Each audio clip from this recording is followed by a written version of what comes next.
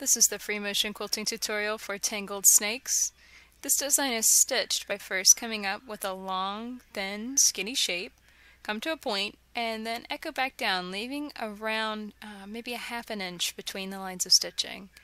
Then you're going to go inside and you're going to fill each snake shape with circles, with pebbling. And I really tried to build the circles into each area so that they kind of hit the edges of the snake so that they fit in nicely. And this is a really wonderful way to practice stitching circles and forming them evenly and smoothly. Circles are kind of a challenge to make them perfect, but they are definitely something that you can master in free motion with a little bit of practice and patience.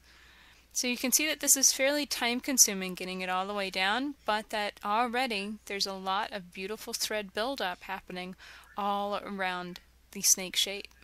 So once I got to the point, I just simply echoed back to the beginning and then travel stitched and brought up another line of quilting, so that way the snake shape in the center is kind of accented by two open areas of echoing. And I think that's really what draws the attention to this design and makes it stand out so beautifully, is that second line of echoes.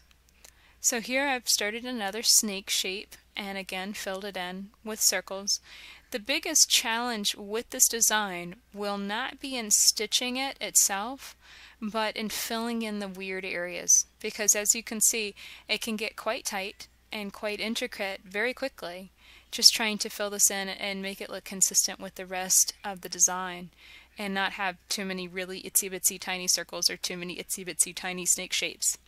But you know, if you spend a little time planning it out, it really isn't so bad, and sometimes occasionally you might just have to fill in an area with some lines, and that's perfectly fine. Sometimes it actually looks more consistent to just simply stitch lines into the area rather than trying to stitch full circles. And here's what it looks like when you finish Tangled Snakes.